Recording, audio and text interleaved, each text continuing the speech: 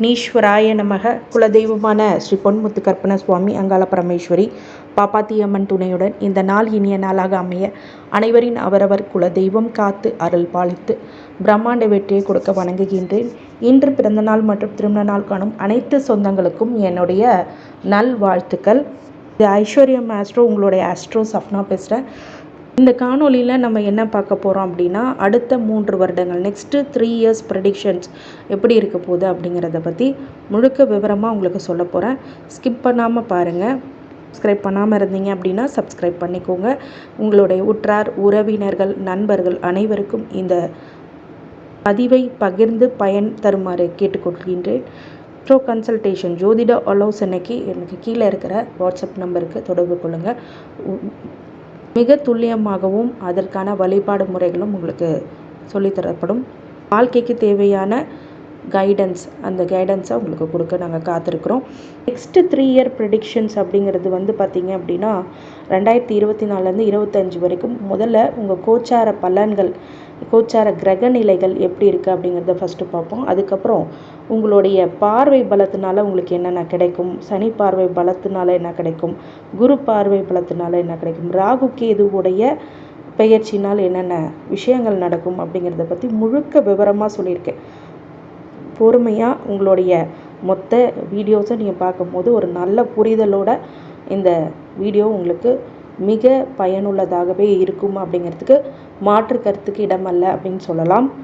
அதன் பிறகு திசா புத்தி வாரியாக உங்களுக்கு இந்த கோச்சார பலன்களுடன் இணைத்து எப்படி உங்களுக்கு பலன்கள் வரும் அப்படிங்கிறதையும் முழுமையாக நீங்கள் தெரிஞ்சுக்கோங்க. உங்களுக்கு இப்போது அடிப்படையாக என்ன விஷயம் தெரியணும் அப்படின்னா, நீங்கள் என்ன நட்சத்திரம், எந்த திசை போயிட்டுருக்கு அப்படிங்கிறது தெளிவாக தெரிஞ்சுக்கோங்க. உங்கள் ஜாதகத்தை எடுத்து இப்போ தசாபுத்தி என்ன போயிட்டுருக்கு, தசாபுத்தி எனக்கு தெரில அப்படின்னா இப்போ நிறைய சாஃப்ட்வேர்ஸ் இருக்குது. அந்த சாஃப்ட்வேர்ஸில் போட்டு உங்களுடைய தசாபுத்தி என்ன போயிட்டுருக்குன்னு பார்த்துக்கோங்க.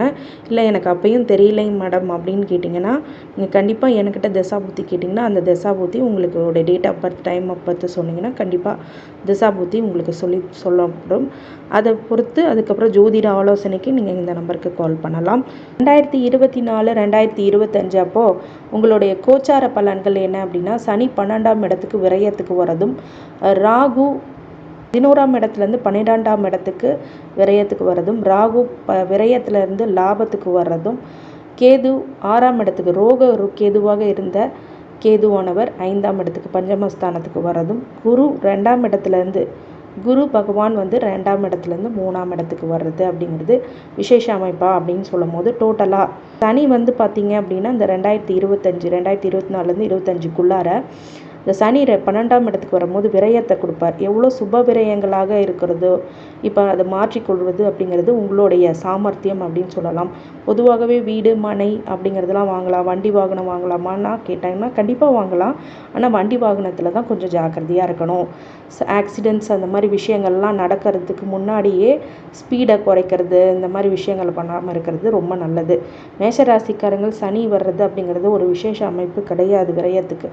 அப்படிங்கும்போது இந்த ஹாஸ்பிட்டல் செலவு போன்ற விஷயங்கள்லாம் பண்ணுறதுக்கு முன்னாடி நீங்கள் ஒரு வீடோ வாசலோ வீடு கட்டுறதோ இல்லை மனை வாங்கி போடுறதோ அந்த மாதிரி விஷயங்களை நீங்கள் பண்ணலாம். அதோட இன்னும் பார்வை பலம் அப்படின்னு ஒன்று இருக்கு இல்லையா, அந்த பார்வை பலத்துக்கு தான் அதிகமான பலம். அப்படிங்கும்போது 3, 7, 10 அப்படிங்கிற பார்வையில் 2ஆம் இடத்தையும் 6ஆம் இடத்தையும் 9ஆம் இடத்தையும் பார்க்குது. அப்படின்னா நீங்கள் எந்தெந்த விஷயத்தில் இந்த 2025 2026 2027 சனிங்கிறது விரய சனியில் தான் இருப்பார் அந்த 2.5 வருஷங்கள். அப்படிங்கும்போது இதில் 2024 11 12க்கு வந்துடுறாரு, 2026 விரயத்தில் தான் இருக்கார், 2027 விரயத்தில் தான் இருக்கார்.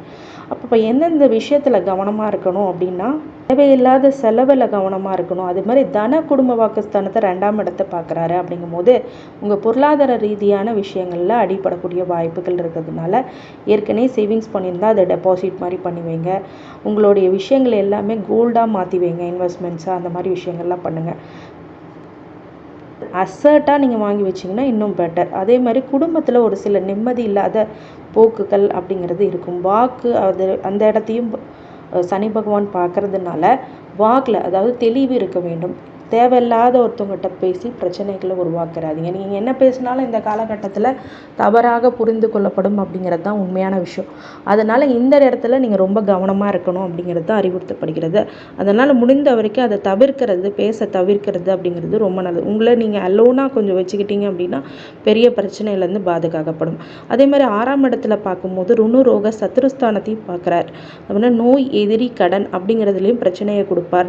அப்படிங்கிறதுனால இந்த நோய் விஷயத்தில் ஆரோக்கியமான உணவுகளை மட்டும் எடுத்துக்கிறது, எதிரிகள் விஷயம், மறைமுக எதிரிகள் இருக்கிறாங்களான்னா நம்ம அது ஒன்றும் பண்ண முடியாது இல்லையா? அதனால் தெய்வ வழிபாடை பண்ணிக்கோங்க. அதனால் உங்களுடைய எதிரிகிட்ட இருந்து உங்கள்கிட்ட காப்பாற்றக்கூடிய விஷயங்களும், கடன் சம்மந்தப்பட்ட விஷயங்கள் வர்றதுனால உங்களுடைய செலவுகளை சிக்கனமாக பயன்படுத்துறதும் அப்படிங்கிறது இருக்கும். 12ஆம் இடத்தை ஒன்பதாம் இடத்தையும் பார்க்குறது, பாக்கியத்தையும் பார்க்குறது அப்படிங்கிறது ரொம்ப ஒரு அப்போ தந்தை வழி உறவில் ஒரு சில விரிசல்கள் ஏற்படக்கூடிய வாய்ப்புகள் கண்டிப்பாக உண்டு. அப்படிங்கிறதுனால பாக்கியத்தையும் கெடுக்கக்கூடியதாக இருக்கிறது. இந்த காலகட்டத்தில் நீங்கள் ரொம்ப உஷாராக இந்த 3 பாயிண்டெல்லாம் ரொம்ப உஷாராகவும் எச்சரிக்கையாகவும் கவனமாகவும் இருக்கணும். வரவுக்கு மீறிய செலவுகள் அப்படிங்கிறது அப்புறம் ஜென்ம சனியில் மிகப்பெரிய ஒரு கெடுதலை கொண்டு வந்துவிடும். அதனால் இந்த சனி இப்படிப்பட்ட பலன்களை இந்த 3 இயர்ஸும் ரொம்ப ஜாகிரதையாக மேஷராசிக்காரங்க இருக்கணும். அடுத்தது ராகு 2025 ராகு 12ஆம் இடத்துலேருந்து 11ஆம் இடத்துக்கு வர்றது, கேது 6ஆம் இடத்துலேருந்து 5ஆம் இடத்துக்கு வர்றது அப்படிங்கிறது யோகமாக அப்படின்னு கேட்டால், ராகு 11ஆம் இடத்துக்கு பிரம்மாண்ட ஒரு லாபத்தை கொடுக்கும். ஆனால் செலவையும் சனி கொடுப்பாரு. அப்படிங்கிறதுனால வரவுக்கு தகுந்த செலவுகளை நீங்கள் செய்திருக்கணும். தேவைப்பட்டால் மட்டுமே செலவு பண்ணுங்க. அதுதான் ஒரு விஷயம். இதில் என்ன ப்ளஸ் பாயிண்ட்னா, ராகு 11ஆம் இடத்துல வரும்போது வெளிநாட்டு தொடர்புடைய பணங்கள் அதிகமாக கிடைக்கப்பெறும். கேது 6ஆம் இடத்துலேருந்து 5ஆம் இடத்துல புத்திர தடை, IVF, ஃபெர்டிலிட்டி இந்த மாதிரி விஷயங்கள்லாம் பண்ணிகிட்டு இருந்தீங்க அப்படின்னா கண்டிப்பாக இப்போ புத்திர தடை இல்லாமல் இருக்கும். குலதெய்வ அனுகிரகம் கிடைக்கும். அதனால் குலதெய்வத்தை கெட்டியாக பிடிச்சிக்கோங்க, நல்ல விஷயங்கள் நடக்கும். அடுத்தது இந்த 2025 குரு அப்படிங்கிறவர் 2ஆம் இடத்துலேருந்து 3ஆம் இடத்துக்கு வரும்போது உங்கள் தைரியஸ்தானத்தையும் வீரியஸ்தானத்தையும் பார்க்குறது மிகப்பெரிய விசேஷமாக இருந்தாலும் 3ஆம் இடத்துக்கு மறைவு குரு அப்படிங்கிறத பொருளாதார நெருக்கடி கொஞ்சம் கொடுக்கும். ஆனால் பார்வை பலத்தால் அந்த பிரச்சனைகள் விலக்கி வைக்குங்கிற பட்சத்தில் விலக்கி வைக்கும்ன்ற அடிப்படையில் பார்த்தோம் அப்படின்னா 7ஆம் இடத்தையும் 9ஆம் இடத்தையும் 11ஆம் இடத்தையும் பார்க்குறாரு 3ஆம் இடத்துலேருந்து. அப்போ கலத்திரம், இது வரைக்கும் திருமணம் ஆகாதவங்க, லேட் மேரேஜ் பண்ணவங்க, டிவோர்ஸ் ஆகி எனக்கு இன்னொரு வாழ்க்கை இல்லையே அப்படிங்கிறவங்களுக்குலாம் வாழ்க்கையை கொடுக்கக்கூடிய காலகட்டமாக இருக்கும். பாக்கியத்தை கொடுக்கக்கூடிய இடத்துலையும் குரு பார்க்கறதுனால வெளிநாடு தொடர்பு, வெளிநாடு செல்லக்கூடிய விஷயங்கள், உங்களுக்கு மாட்டுப்பாலினத்தினார் வந்த பிரச்சனைகள் எல்லாமே விலகி போகும். 9ஆம் இடத்து பாக்கியத்தை பார்க்கும்போது மிகப்பெரிய அளவில் உயரங்களை நீங்கள் தொடுவீங்க. 11ஆம் இடத்து குருவை பார்க்கும்போது மிகப்பெரிய லாபத்தையும் உங்களுக்கு இந்த 2025 கொடுப்பார். பொதுவாகவே அந்த 2025 தான் உங்கள் வாழ்க்கையோட புரிதல் அப்படிங்கிறது உங்களுக்கு ஏற்படக்கூடிய முதல் ஸ்டிப்பிங் ஸ்டோனாக இருக்கும். இப்போ வருமானம் அதிகமாக இருக்கும், செலவுகள் அதுக்கு தகுந்த மாதிரி இருக்கும். 2027 சனி 12ஆம் இடத்துல தான் இருக்கார். ராகுவும் 11ஆம் இடத்துலையும், கேது 5ஆம் இடத்துலையும் இருக்கார். ஆனால் குரு மட்டும் 3ஆம் இடத்துலேருந்து 4ஆம் இடத்தை பார்க்கும்போது மாறிடுவார். அந்த 4ஆம் இடத்துல மாறும்போது என்ன பார்வை பலன் இருக்குது அப்படின்னா 8, 10, 12 ஆகிய இடங்களை பார்க்கும்போது அசிங்கம், அவமானம் எல்லாம், வம்பு வழக்கெல்லாம் உங்களுக்கு சாதகமாக இருக்கும். அசிங்கமானவர்களாம் பட்டவங்களாம் இப்போ தெளிந்து ஒரு நல்ல முடிவுகளை எடுக்கக்கூடியதாகவும், உங்கள் மனைவி வழியில் சொத்துக்கள் வரக்கூடியதாக விஷயங்களும், உங்களுடைய கொடுக்கல் வாங்கல் பிரச்சனைகள் எல்லாம் நிவர்த்தி பெறக்கூடிய காலகட்டம்னு சொல்லலாம். அடுத்தது 7ஆம் இடத்தை பார்க்கும்போது 10ஆம் இடத்தை பார்க்கும்போது தொழிலில் நல்ல முன்னேற்றம் அப்படிங்கிறது கிடைக்கும். 12ஆம் இடத்தை பார்க்கும்போது விரயத்தை அதிக அளவில் கட்டுப்படுத்தும் அப்படின்னு சொல்லலாம்.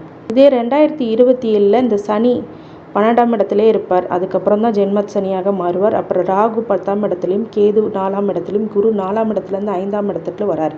இதனால் என்ன பலன் கிடைக்கும் அப்படின்னா, சனி விரயத்திலேருந்து இப்போ ஜென்மத்துக்கு வரதுனால இந்த நேரத்தில் ரொம்ப ஜாக்கிரதையாக உங்களுடைய விஷயங்கள் எல்லாம் வச்சுக்கணும். இந்த காலகட்டத்தில் ரொம்ப பொறுமையும் கவனமும் எச்சரிக்கையும் கண்டிப்பாக இருக்கணும். ராகு 10ஆம் இடத்துல இருக்கும்போது தொழிலில் ரொம்ப கவனமாக இருக்கக்கூடிய காலகட்டம். இந்த நேரத்தில் ஆனால் ஒரு சர்ப்ப கிரகம் அப்படிங்கிறது 10ஆம் இடத்துல இருக்கிறது அப்படிங்கிறது ஒரு நன்மையான பலன். பிரம்மாண்டமான ஒரு தொழிலை ஆரம்பிக்கணும்னு நினைப்பீங்க. ஆனால் உங்கள் கைக்கு எட்டின மாதிரி ஒரு கைக்கு அடக்கமான ஒரு தொழிலை பண்ணுங்கள். நிறைய செலவு பண்ணி இன்வெஸ்ட்மெண்ட் பண்ணாதீங்க, அது மிகப்பெரிய கெடுதலை கொடுக்கும். கேது 4ஆம் இடத்துல இருக்கும்போது வீடு, மனை, யோகம் அப்படிங்கிறதுலலாம் ஒரு சில பிரச்சனைகளை கொடுக்கும். அதையும் நீங்கள் சரியாக பண்ணுங்கள். ஆனால் குரு 4ஆம் இடத்துலேருந்து பஞ்சமஸ்தானத்துக்கு வரும்போது தன்னுடைய 5, 7, 9ஆம் பார்வையில் 9ஆம் இடத்தையும் 11ஆம் இடத்தையும் 1ஆம் இடத்தையும் பார்க்கும்போது பாக்கியத்தையும் கொடுக்கக்கூடியதாகவும் லாபத்தையும் கொடுக்கக்கூடியதாகவும் உங்களுடைய ராசிக்காரங்களுக்கு மிகப்பெரிய நன்மைகளை கொடுக்கக்கூடிய இடத்துலையும் அது பார்க்குறது மிகப்பெரிய நல்ல பலன் ஏற்படும் அப்படின்னு சொல்லலாம். குரு இந்த 2027 உங்களை காப்பாற்றுவார். அடுத்தது திசா புத்தி ரீதியாக எப்படி நீங்கள் இருக்கணும் அப்படின்னா, பொதுவாகவே கேது திசையிலேருந்து அஸ்வினி நட்சத்திரத்துக்காரங்களுக்கு ஆரம்பிக்கும். அப்புறம் பரணி சுக்கிரன், அப்புறம் உங்களுடைய கார்த்திகை நட்சத்திரத்துக்காரங்க சூரியனுடைய நட்சத்திரம். இவங்களுக்கு எல்லாம் அப்படின்னா பொதுவாக கேது திசை இருக்கிறவங்க அப்படின்னா, உங்களுக்கு கேது திசை இல்லைன்னா பிரச்சனை இல்லை. இந்த 3 நட்சத்திரத்துக்குள்ளே இருக்கிறவங்களுக்கு சொல்கிறேன். கேது திசை இருக்கிறவங்க புத்திரம் ஆரோக்கியம் சம்மந்தப்பட்ட விஷயங்கள் புத்திரக்காரங்களுக்கு இருக்கும். புத்திரரால் தொல்லைகள் பிரச்சனைகள் அப்படிங்கிறது இருக்கும். டாக்டர் செலவு அப்படிங்கிறது அதிகமாக இருக்கும் இந்த கேது திசையில் குழந்தை பிறக்கும்போது. அடுத்தது சுக்கிர திசை.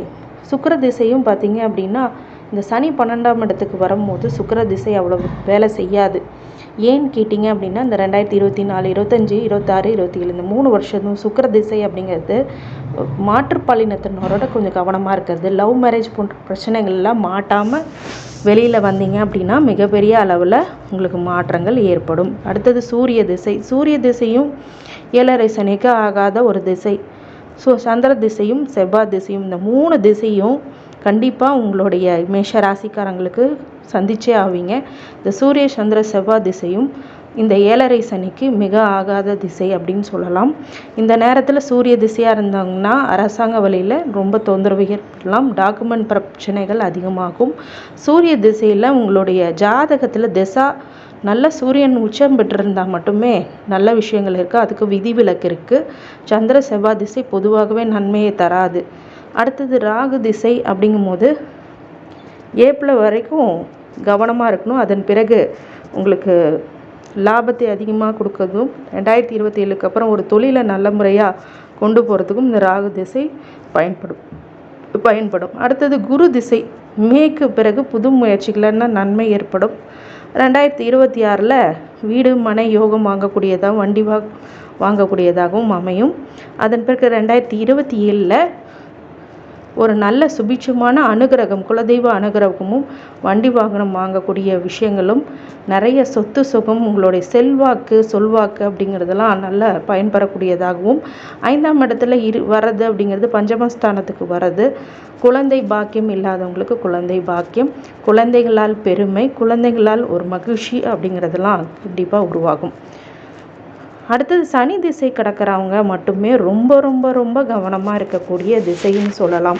ஏன்னு கேட்டிங்க அப்படின்னா, சனி உங்களுக்கு 12ஆம் இடத்துல இந்த 3 வருஷமும் இருக்க போகிறார். அப்படிங்கிறதுனால விரைய சனி அப்படின்னா தன குடும்ப வாக்கு நோய் எதிரி கடன் பாக்கியத்தில் அப்படிங்கிறதெல்லாம் ரொம்ப கவனமாக இருக்கணும் அப்படிங்கிறது தான் இங்கே விஷயம். இந்த சனி திசையில் இருக்கவங்க மட்டும் ஜாக்கிரதையாக இருக்கணும். ஆஞ்சநேயர் வழிபாடு பண்ணிக்கோங்க. இந்த 3 வருஷமும் மிகப்பெரிய சுபிஷமான பலன்கள் காத்திருக்கிறது.